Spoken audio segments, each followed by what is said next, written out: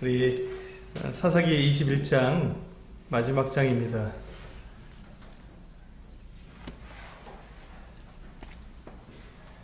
사사기를 이렇게 전체를 다 이렇게 우리가 살펴보고 이제 오늘 마지막 장을 살펴보게 될 텐데, 사사기를 쭉 이렇게 공부하면서 어떤 느낌이 드셨어요? 사사기를 통해서 우리가 저는 이제 사람의 마음이 어떠한가, 사람의 그 마음 속에 있는 것들이 어떠한가 하는 것을 조금 생각해 보게 되었습니다.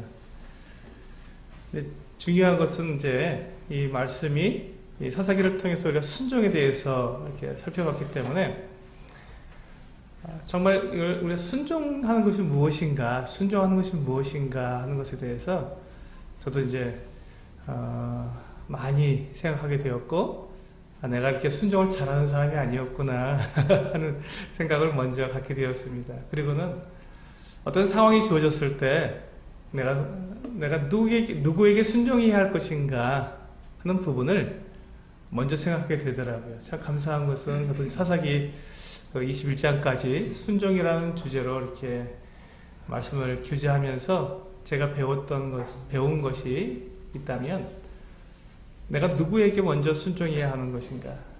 나의 욕구, 내 육체가 원하는 것, 내 감정, 또 내 욕심, 이런 것에 내가 먼저 순종해야 할지, 아니면 정말 하나님께서 나에게 말씀하신 그 말씀에 내가 순종해야 하는지, 나에게 맡겨주신 일들, 또 나에게 가르쳐주신 또 행동들, 이 모든 것들을 생각했을 때 내가 무엇에 먼저 순종해야 하는가 하는 것을 배우게 되었습니다. 그래서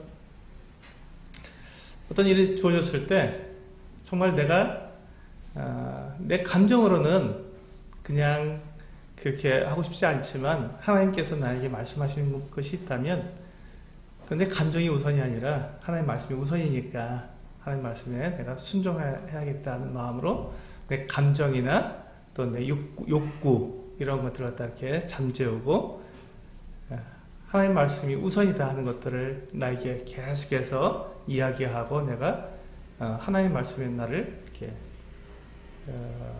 맞춰갈 수 있도록, 하나님 말씀의 나를 드려질 수 있도록, 그렇게 이제 제가 이렇게 저를 이렇게 만들어가는 것을 보면서 하나님 말씀이 그렇게 역사하는 거구나. 우리가 배우게 되면 내가 듣고 또 배우고 알게 된 것들이 그냥 지나가는 것이 아니라, 그렇구나 하고 지나가는 것이 아니라 정말 내 삶을 이렇게 만들어가고, 내 삶의 순간순간들을 이렇게 하나님 말씀이 나를 주장할 수 있도록 나를 내어놓는 것이 순종이구나 하는 것을 배우게 되었습니다. 특히 이제 오늘 21장, 사사기 21장을 보시게 될 텐데, 사사기 21장을 이렇게 보면서 도대체 사사기 21장의 제목을 무엇으로 정해야 좋을까 하는 생각을 고민을 많이 했습니다. 오랫동안 사사기 21장은 오랫동안 묵상하고 오랫동안 제가 생각을 했지만 제목 정하기가 참 쉽지 않았습니다. 근데 결국 제가 정한 제목은 불순종은 후회를 낳는다. 불순종은 후회를 낳는다 하는 제목으로 사사기 21장을 이렇게 정리하게 되었습니다. 우리가 이제 순종해야 한다는 것은 압니다.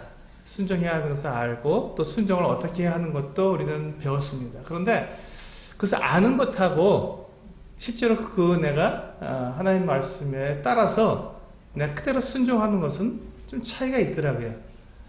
근데 내가 알면서도 순종하지 않으면 반드시 후회하게 된다는 것입니다. 근데 그 후회가 잠깐 하는 후회도 있겠지만 아주 오랜 동안 상처로 나에게 남고, 또 내 삶에 아주 지대한 영향을 미치는 것은 후회가 될 수도 있다는 것이죠. 오늘 말씀을 보시면 21장 1절에 보시면, 이스라엘 사람들이 미스바에서 맹세하여 이르기를 우리 중에 누구든지 딸을 베냐민 사람에게 아내로 주지 아니하리라 하였더라. 여기서 보시면 이제 이게 앞에 나와 있는 사사기 20장에서 이제 그 이스라엘 백성들이 그 기브아 사람들을 진멸하기 위해서 먼저 모여서 이렇게 그들이 회의를 했을 때 거기에 참석하지 않았던 그 회의를 통해서 이제 이 베냐민 사람들에게는 딸을 주지 않겠다. 근데 이 이야기는 참 무서운 것이었습니다. 이게 왜 무섭냐면 통혼을 하지 않는다는 것은 그 상대방을 갖다가 이방인으로 취급한다는 것과 같았기 때문에 그렇습니다. 그러니까 베냐민 사람들을 지금 그 이스라엘 백성들이 어떻게 생각했냐면 너희는 이방인과 같다. 지금 이 주위에는 가나안 가나안 사람들, 가나안 족속과 같다 하고 그들을 완전히 그 이스라엘 사람들에게서 이렇게 우리가 출교하듯이 출혈을 해버린 것입니다. 그러니까 이 베냐민 사람들은 지금 나머지 이스라엘 이스라엘 백성들 자기들 동족들로부터 버림을 받게 된 것이죠. 그래서 너희들은 이제 통혼하지 않겠다. 너희들에게 딸을 주지 않겠다라고 이야기를 했습니다. 그리고 2절에서 바로 후회가 나오는 것이죠.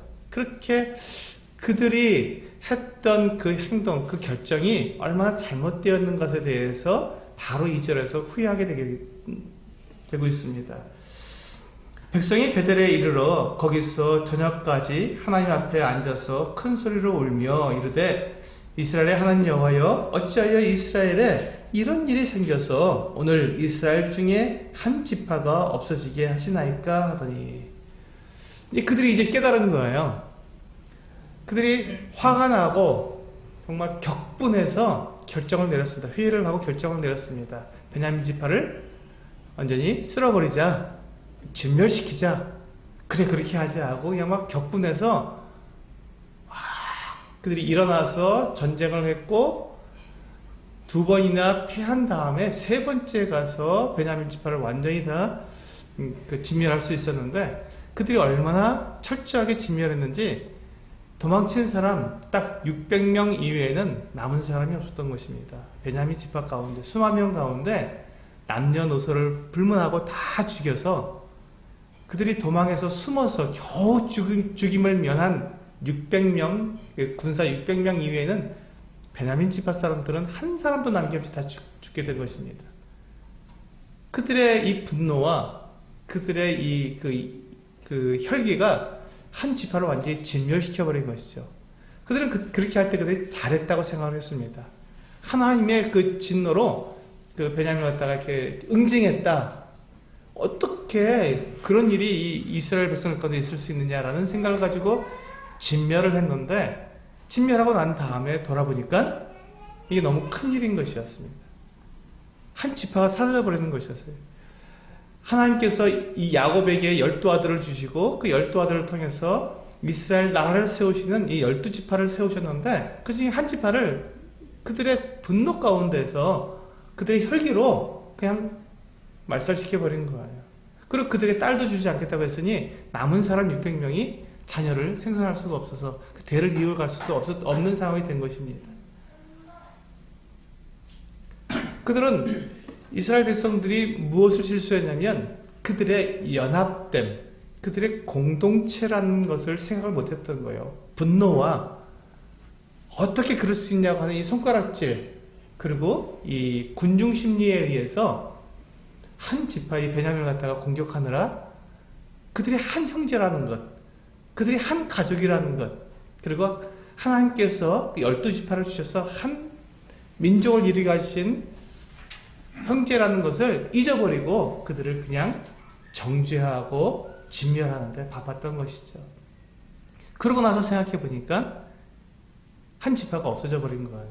하나님의 세우시는 12지파, 이 이스라엘 12지파 중에 한 지파가 사라지니 얼마나 이것이 참 하나님의 뜻에 맞지 않는 일이었고 하나님 보시기에 얼마나 이것이 참 안타까운 그 어떤 일이었을까를 이제서야 이스라엘 백성들이 생각하게 된 것입니다.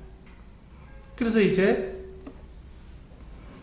4절에 보시면 이튿날에 백성이 일찍이 일어나 거기에 한 제단을 쌓고 번제와 화목제를 드렸더라. 이제 드디어 하나님 앞에 나아갔습니다. 그들이 이스라엘 이 베냐민 지파를 갖다가 이렇게 말살시키는데 진멸하는 데 있어서 그들은 하나님께 그것을 정확하게 묻지 않았습니다. 전쟁에서 내가 누가 먼저 올라가서 베냐민을 치리니까 이걸 물었지, 베냐민을 지금 그렇게 쳐도 되겠습니까? 죽여도 되겠습니까? 그들의 딸을 주지 않아도 되겠습니까? 묻지 않았습니다. 그들에게는 하나님께서 세우신 대제사장이 있었습니다. 그리고 하나님의 뜻을 언제든지 물을 수 있도록 하나님께 그 대제사장을 세워주셨어요. 그래서 그들은 그 같은 일을 할 때, 그 같은 결정을 할 때 하나님께 물었어야 했습니다. 대제사장 앞에 나아가서 물었어야 했습니다. 근데 그들은 묻지 않았습니다. 묻지 않고 자기들의 그 생각, 자기들의 그 감정, 자기들의 그 같은 이 분노에 휩싸여서 하나님께 묻지 않고 그 한 형제의 한 지파를 갖다가 완전히 다 멸절시키게 된 것이죠. 그러고 나서 이제 그들이 후회하면서 하나님께 화목제와 번제를 드리면서 그들의 잘못과 그들의 실수를 하나님께 고백하게 된 것입니다. 그런데 여기서 보면 우리 주의해 봐야 할 것이 있는데 21장 전체에서 이스라엘 백성들이 회개했다고 하는 말은 나오지 않습니다. 뉘우치고 후회하고 그들이 그와 같은 일들을 했어도 단 한 번도 21장에서 그들이 회개했다고 하는, 하나님 앞에서 그들의 잘못을 회개했다는 말은 나오지 않습니다. 그러므로 이스라엘 백성들이 지금 이 베냐민 지파가 사라지게 된 그 일을 보면서도 그들의 마음 가운데 그들이 지금 잘못한 것에 대해서 자기들에게 스스로가 우리가 하나님 앞에 범죄했구나 하는 이런 의식보다는 뭐 잘못됐다 하는 이 정도밖에 그들이 의식하지 못했던 것이죠.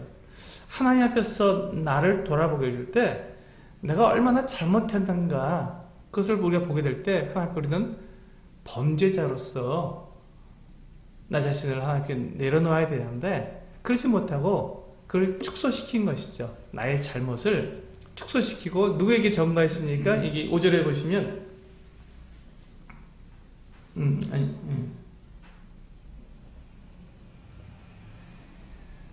네, 3절에 보시면 여호와여 어찌하여 이스라엘에 이런 일이 생겨서 오늘 이스라엘 중에 한 지파가 없어지게 하시나이까 라고 했습니다.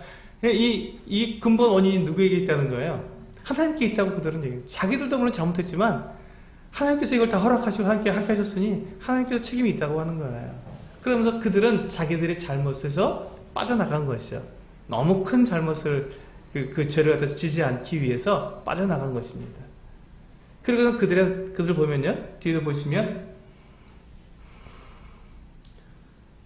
네, 6절에 보시면 이스라엘 자손이 그들의 형제 베냐민을 위하여 뉘우쳤자고 되어 있어요. 회개한 것이 아닙니다. 근데 잘못을 자백한 게 아니에요. 뉘우친 거예요. 이르되 오늘 이스라엘 중에 한 지파가 끊어졌도다. 네, 그걸 안타까워하고 뭐가 잘못됐다라고 생각했지만 그들은 자신들에 대해서 뉘우치지 않았어요. 이게 회개하지 않았습니다. 자기들의 그 죄악에 대해서 하나님께 고백하지 않았습니다.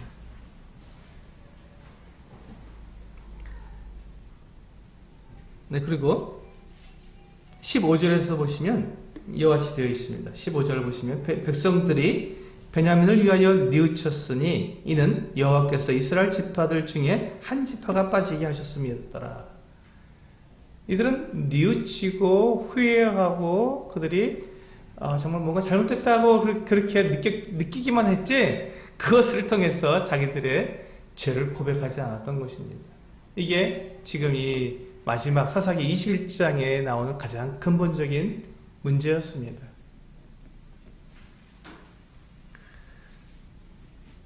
그리고는 그들이 이제 그와 같은 자기들의 잘못, 죄가 아닙니다. 잘못.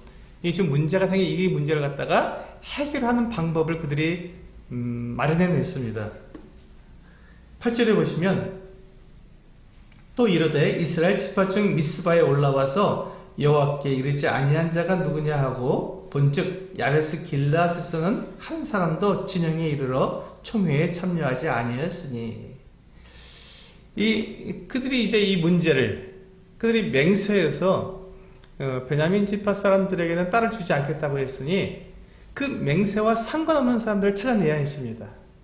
가만 보니까 길르앗 야베스 족속은 그 맹세하는데 참여하지 않았던 거예요. 그들이 그 모여서 의논하고 그들이 결정할 때 거기 올라오지 않았습니다. 빠져 있었던 것이죠. 그러니까 맹세에 참여하지 않은 한 족속이 있었던 거예요. 그게 길르앗 야베스 족속이었습니다. 야베스 길르앗에서는 한 사람도 올라가지 않았기 때문에, 그렇다면 이제 그들이 약속한 대로, 그렇다면 그들이 그 회의 때 결정한 대로 그 올라오지 않은 자들은 다 죽이겠다고 했기 때문에 다 죽여야 되는데, 그들이 이제 그 꾀를 낸 것이죠. 어떤 꾀를 냈습니까? 그 야베스 길르앗 사람들을 다 진멸하되 남자를 알지 못하는 처녀들을 살려서 그들은 그 맹세와 상관없는 사람들이었기 때문에, 맹세하지 않은 사람들이었기 때문에 그 처녀들을 지금 베냐민 지파에 피한 사람들, 도망쳐 살아남은 사람들 600명에게 주려고 한 것입니다. 그래서 이제 야베스 길르앗에 이제 군사를 12,000명을 파견해서 그들을 다 죽이게 했습니다. 그리고 남녀노소를 막론하고 다 죽이는데 딱 한 부류, 즉 처녀들만 살리고 나머지는 다 죽이라는 것이었습니다. 단 한 사람을 살리지 않고. 여기서 어떤 일이 또 생깁니까? 지금 베냐민 지파를 완전히 다 멸절시킨 것, 그것에서 더 나아가서 또 지금 야베스 길르앗이라고 하는 이 부족도 완전히 다 멸절시켜버리는 이러한 지금 우를 범하고 있는 거예요. 무엇 때문에 그렇습니까? 그들이 자기들의 잘못, 자기들의 죄를 고백하지 않고 자기들의 그 실수한 것을 덮기에 급급했기 때문에 또 이와 같은 더 큰 죄를 계속해서 짓고 있는 것이죠. 굉장히 끔찍한 일 아니겠습니까? 같은 형제들이었는데, 얼마 전까지만 해도 한 형제 자매로서 함께 그렇게 서로 사랑한다 그러고 서로가 서로를 갖다가 이렇게 도와주고 도우며 함께 생활했던 그 사람들이었는데, 다만 거기에 그 회의에 참석하지 않았다는 그 이유만으로 그들을 다 완전히 다 칼날로 다 죽이는 것이죠. 한 사람도 남기지 않고, 어린아이까지, 노인으로부터 어린아이까지는 한 사람도 남기지 않고 다 죽였던 것입니다. 이게 얼마나 끔찍한 일입니까? 근데 이 끔찍한 일을 하면서도 그들은 자기들의 죄를 돌아보지 못했습니다. 이와 같은 일들이 지금 계속해서 벌어지고 있는 이유가 뭐죠? 근본적인 이유가 뭐였죠? 가장 처음에 어떤 일로부터 이와 같은 사건이 지금 이렇게 계속해서 연결돼서 이렇게 큰 일이 생기게 되었죠? 딱 한 사람, 레위지파, 레위인 한 사람이 자기의 욕심을 따라서 하나님께 순종하지 않고 자기 욕심을 따라서 행했을 때, 그 한 사람이 자기 욕심을 따라서 그렇게 성적으로 그가 타락하게 되었고, 또 그 자기의 어떤 그 같은 욕심을 채우려고 하다가 그 자기 첩의 죽음을 초래하게 되었고, 그 첩의 죽음을 그대로 지나가지 못하고 그러다가 온 이스라엘 지파에다가 그 시체를 잘라서 이렇게 보내는 바람에 지금 이와 같은 일까지 연결되게 된 것입니다. 한 사람의 불순종으로 지금 수많은 사람들이 다 죽어나가고 있는 거예요. 그 사람 죽은 사람들이 무슨 잘못이 있습니까? 아무 잘못이 없어요. 그 여인들, 그 어린아이들이 무슨 잘못이 있어요? 아무 잘못도 없습니다. 근데 그 레위 사람 한 사람의 그와 같은 욕심과 그의 그 같은 불순종으로 인해서 지금 온 나라가 완전히 쑥대밭이 되고 있는 것이죠. 불순종은 이와 같이 후회를 낳는 거예요. 끔찍한 결과를 낳고 있습니다. 그래서 이런 한자어로 이런 말이 있습니다. 인 일시 지분이면 면 백일 지운이라는 말이 있습니다. 한때의 분을 참으면 백날의 근심을 면할 수 있다라는 말입니다. 우리가 한순간에 우리는 분노가 뭐 이렇게 이제 차곡차곡 쌓여서 분노가 오는 게 아니라 화를 내는 것은 일순간에 일어나는 일입니다. 근데 그 일순간에 일어나는 그 분노를 참지 못하면 어떻게 됩니까? 후회와 근심이 따라오는 것이죠. 근데 그 후회와 근심은 한순간에 끝나는 것이 아니라 오랜 시간 동안 계속해서 나에게 상처가 되고 아픔이 되고 괴로움이 되고 나에게 얽매는 것이 되는 것이죠. 그래서 지금 그 이스라엘 백성들이 이 베냐민 지파에 대해서 행한 그 어떤 분노, 그 분노의 그 자리에서 그들이 급하게 분노를 내기보다는 하나님께 물었어야 했고, 그리고 하나님께서 그들을 인도하시는 대로 또 하나님의 뜻대로 하나님께서 12지파를 만들어 놓으셨으면 그 12지파를 어떻게든지 그들이 함께 그 하나님 나라를 함께 이루어갈 이유 같은 것들을 생각했어야 되는데, 그런 것들에 대한 상관없이 그들의 분노와 그들의 감정에 휩싸여서 이와 같은 일을 행함으로 이와 같은 어려움들이, 후회하는 일들이 일어나게 된 것입니다.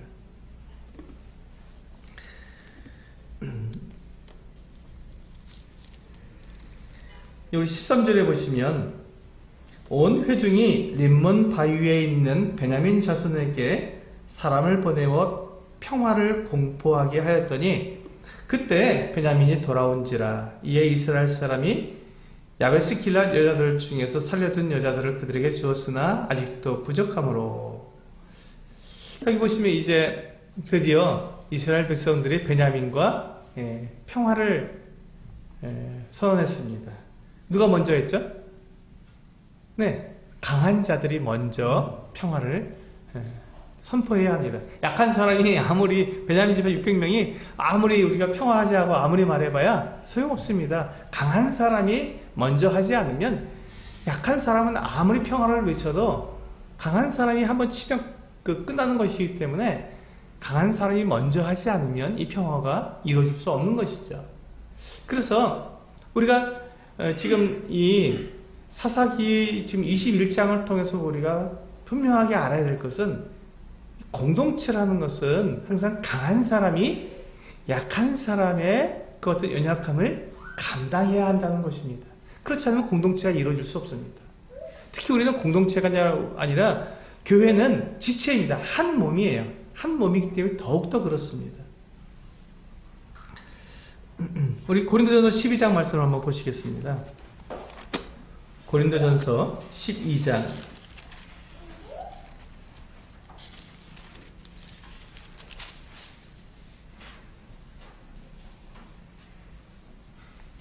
20절에서 27절까지 있는 말씀입니다. 네, 좀 길지만 우리 다 같이 한번 읽어볼까요?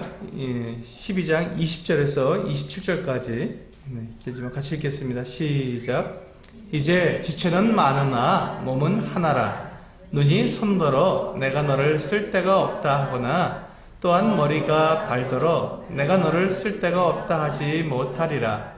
그뿐 아니라 더 약하게 보이는 몸의 지체가 도리어 요긴하고 우리가 몸에 덜 귀히 여기는 그것들을 더욱 귀한 것들로 입혀주며 우리의 아름답지 못한 지체는 더욱 아름다운 것을 얻느니라. 그런즉 우리의 아름다운 지체는 그럴 필요가 없느니라.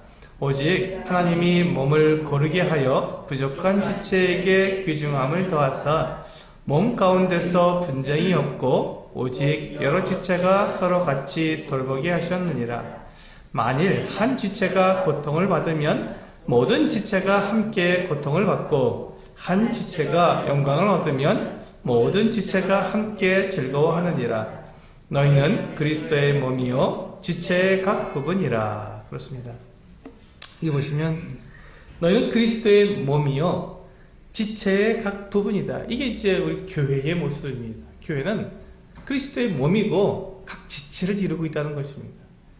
이건 공동체와 다릅니다. 공동체는 공동의 이익을 위해서 모여서 함께 그 이익을 이루기 위해서 움직이는 단체가 공동체입니다.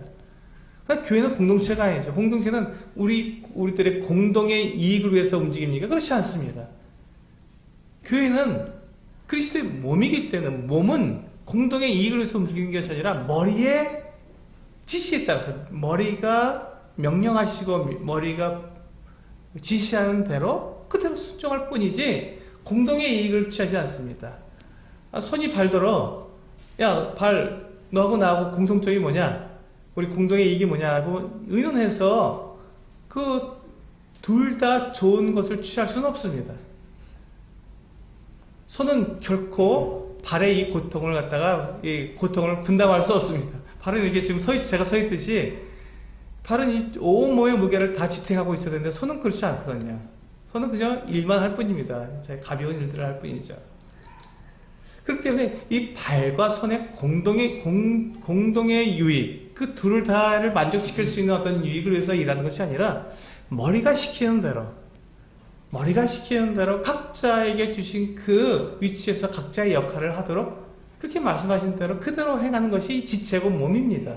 근데 우리는 자꾸 이것을 공동체라고 말하면서 마치 우리가 나도 좋고 너도 좋고 나도 유익하고 너도 유익하고 이 유익을 위해서 우리가 모인 것처럼 우리가 오해할 때가 있는 것이죠. 그렇지 않습니다. 교회는 우리의 유익을 위한 것이 아닙니다. 교회는 반드시 하나님의 영광을 위해서 우리의 머리의 지시를 따라서 그대로 순종하기 위해서 모인 것이 교회지 각 지체들의 공동의 이익을 위해서 모인 것은 아닙니다. 이게 바로 고린도서 12장에서 우리에게 말씀해주고 있는 교회의 지체의식입니다. 여기 보시면 25절에 보니까 몸 가운데서 분쟁이 없고 오직 여러 지체가 서로 같이 돌보게 하셨느니라. 그렇습니다. 모든 지체들은 서로 상대방을 위해서 있는 거예요. 손은 발을 위해서 있고 발은 손을 위해서 있고 둘 다의 어떤 공동의 이익이 아니라 서로를 위한 것뿐이죠. 그런데 이와 같은 그리스도의 한 몸됨과 지체로서의 이 어떤 의식, 지체로서의 우리가 함께 생활하기 위해서 어떤 게 필요하냐면, 로마서 14장을 보시면요.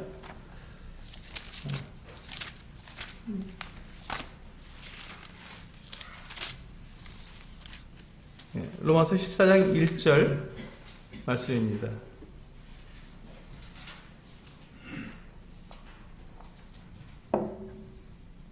로마서 14장 1절 같이 읽겠습니다. 시작.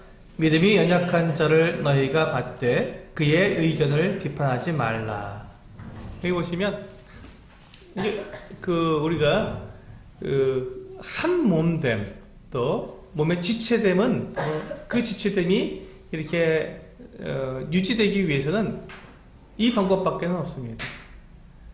너도 좋고 나도 좋은 것을 우리가 취하자라고 말하는 것이 아니라 여기 보시면 믿음이 연약한 자를 너희가 받으라는 것입니다. 믿음이 강한 자가 받는 것입니다. 그런데 믿음이 연약한 자를 너희가 받되 어떻게 하라고요? 그의 의견을 어떻게 하라고요? 비판하지 말라고요. 무시하지 말고 그런 걸 하지 마. 뭐 저렇게 하냐? 이렇게 하지. 이렇게 그걸 무시하거나 비판하거나 어떻게 그리스도에 되었고 저렇게 말할 수 있어 라고 우리가 비판하는 것이 아니라 그 믿음이 연약한 자는 믿음이 연약한 자대로 우리가 받아야 한다는 것입니다. 누가 받는다고요? 믿음이 강한 사람이 받는 것이죠. 내가 믿음이 강하다고 생각하고 내가 그래도 그리스도 안에서 내가 오래되었고 내가 성숙하다고 생각하신다면 그렇다면 다른 성도들의 그 연약한 부분을 내가 보았을 때 어떻게 하고 이렇게 그것을 비판하거나 정죄하는 것이 아니라 내가 저 부분을 감당해 줘야겠구나. 저 형제, 저 자매는 저 부분이 잘 안 되니까 그렇다면 내가 그걸 보았으면 내가 그걸 감당해 줘야지. 내가 도와줘야지. 라고 그 일을 연약한 자를 받아주고 비판하지 않는 것. 그게 우리가 그리스도의 한 몸 된 같은 모습이며 지체라고 하는 그 같은 삶의 모습입니다. 제가 여기 손가락 한 부분을 이렇게 일하다가 다쳤습니다. 아파요. 계속 아프더라고요. 이게 접히는 부분이라서 그런지 잘 낫지 않고 아픕니다. 그러니까 어떻게 합니까? 아프니까 자꾸 다른 손이 자꾸 이 손을 커버해 주는 거예요. 이렇게 보호해 주는 거예요. 그리고 약도 발라주고 감싸도 주고 그리고 아플까봐 자꾸 이렇게 다른 지체들이 얘를 자꾸 보호해 주는 거예요. 나도 모르게 이 손가락을 쓰게 되면 계속 아프니까 온 몸이 나서서 이 부분을 갖다 보호하기 위해서 온 몸이 그냥 애를 쓰더라고요. 아프지 않도록 해주기 위해서. 그게 지체입니다. 연약한, 제 이 한 손가락이 지금 연약하게 되었잖아요. 다쳐서. 그러니까 온 몸이 나서서 이걸 보호해주는 거예요. 야, 너 왜 쓸데없이 다쳐갖고 이렇게 다른 사람 힘들게 하냐? 아, 정말 귀찮아 죽겠어. 왜 이렇게 힘들게 만들어? 이렇게 비판하는 것이 아니라, 네가 아프구나. 내가 너를 도와줘야겠다. 네가 아프면 내가 도와주마. 하고 온몸이 나서서 이 아픈 지체를 감싸주고 보호해주고 이렇게 아프지 않도록 도와주고 있는 것입니다. 이게 지체입니다.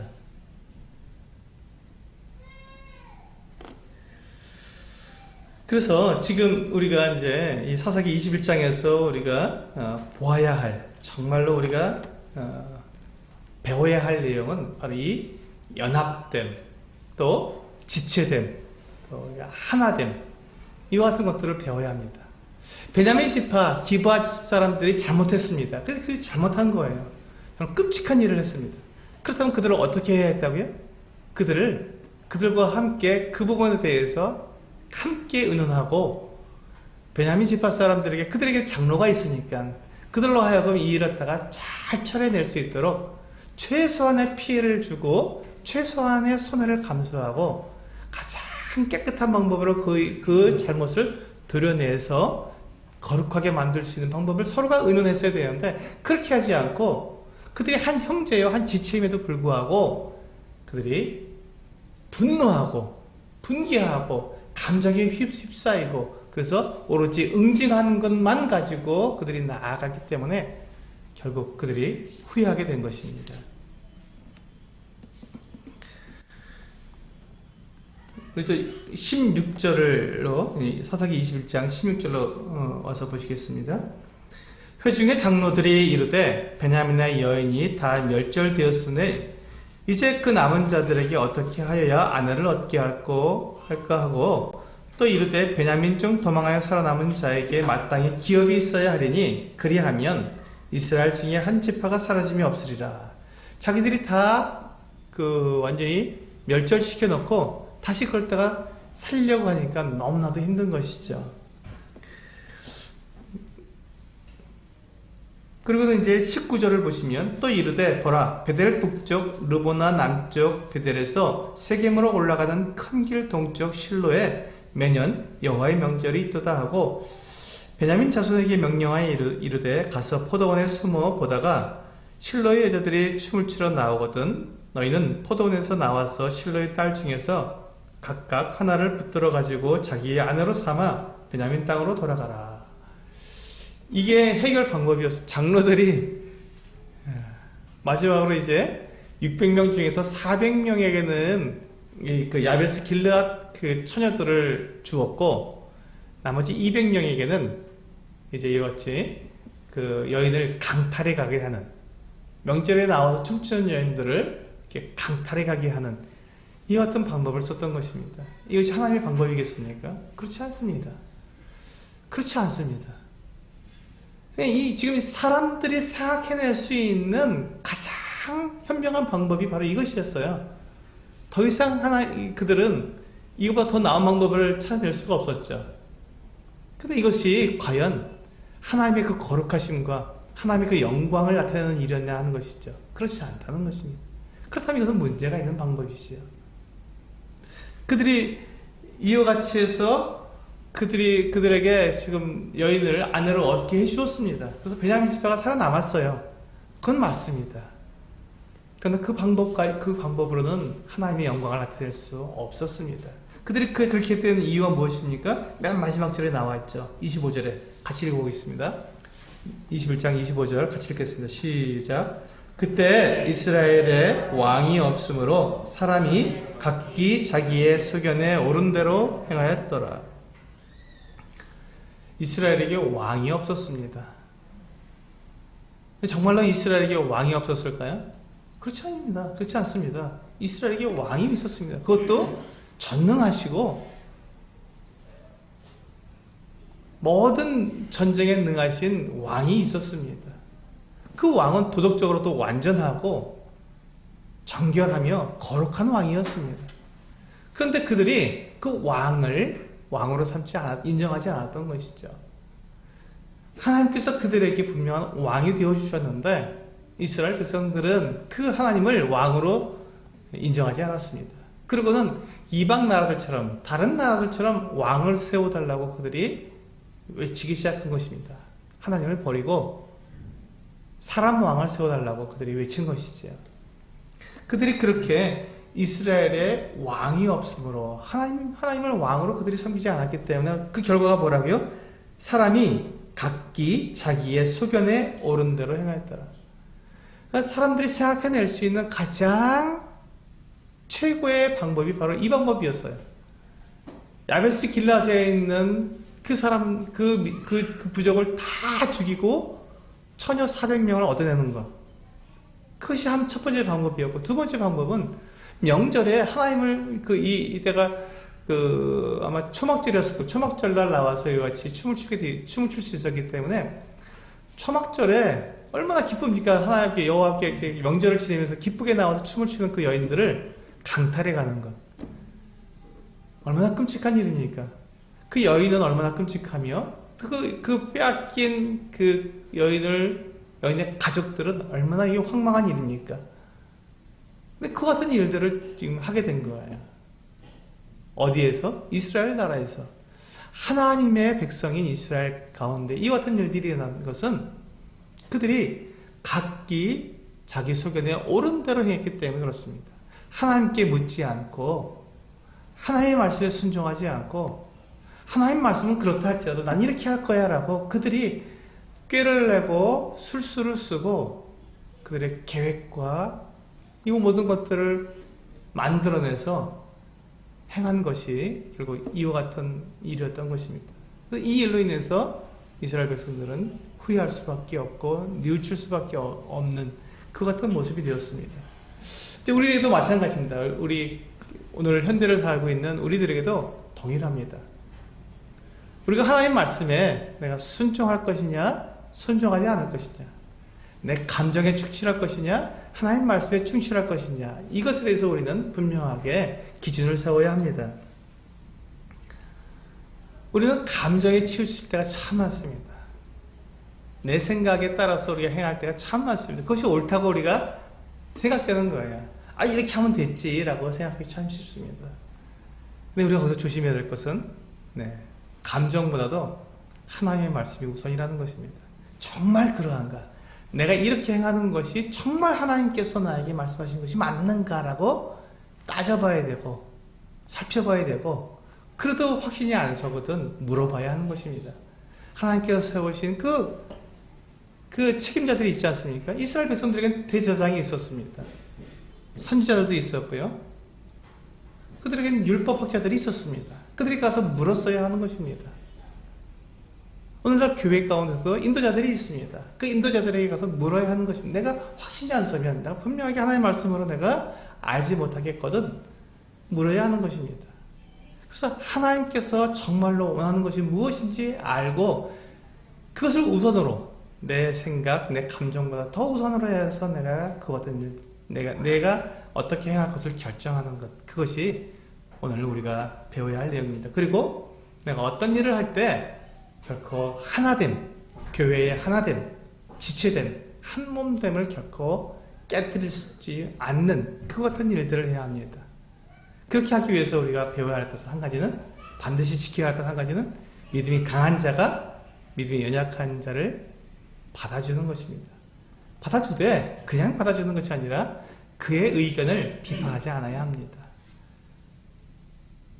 좀 내가 보기에 엉뚱한 것 같은 그 같은 의견이라도 비판하지 않아야 합니다. 그럴 수 있다고 받아야 합니다.